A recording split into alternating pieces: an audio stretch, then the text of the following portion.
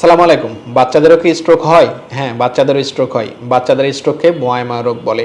মহামায়া রোগ হলো সাধারণত ব্রেনের রক্তনালীজনিত সমস্যা। ব্রেনের এরকম রক্তনালীজনিত সমস্যার মধ্যে আরও কিছু আছে, যেমন এভিএম আর্টেরিওভেনাস ম্যালফরমেশন, যেখানে রক্তনালীগুলো পেঁচিয়ে জালের মতন থাকে, অথবা আরেকটি আছে আমরা যেটাকে বলি ক্যাভার্নোমা।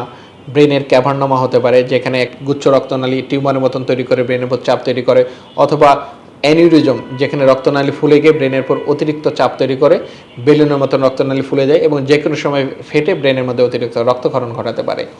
এগুলো সাধারণত ব্রেনের রক্তনালী জনিত রোগ। এই রক্তনালী জনিত রোগের কারণে আপনি কোথায় যাবেন, কোথায় গেলে এই সম্পর্কে সঠিক ধারণা পাবেন, চিকিৎসা সম্পর্কে সঠিক ধারণা পাবেন, এই নিয়েই নেফার্স নিউরোকেয়ারে চালু হয়েছে নিউরোভাস্কুলার ক্লিনিক। নিউরোভাস্কুলার ক্লিনিকের কাজ হলো শিশুদের ব্রেনের রক্তনালীজনিত যেসব সমস্যা, সেসব সমস্যা সম্পর্কে সঠিক ধারণা দেওয়া, সেসব সমস্যা সম্পর্কে সঠিক চিকিৎসা সেবা প্রদান করা এবং চিকিৎসা পরবর্তী সেবাগুলো প্রদান করা এই ক্লিনিকের কাজ।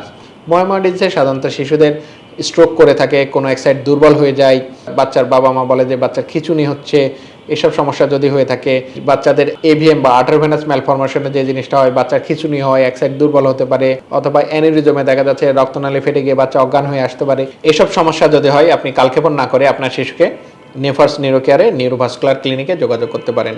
এই ক্লিনিক আপনার বাচ্চার স্বাস্থ্যসেবায় সবসময় আপনাদের পাশে আছে। ভালো থাকুক আপনার বাচ্চা, সুস্থ থাকুক আপনার বাচ্চা, সুচিকিৎসায় সুন্দর আগামী, এই প্রত্যয় আমাদের পথ চলা।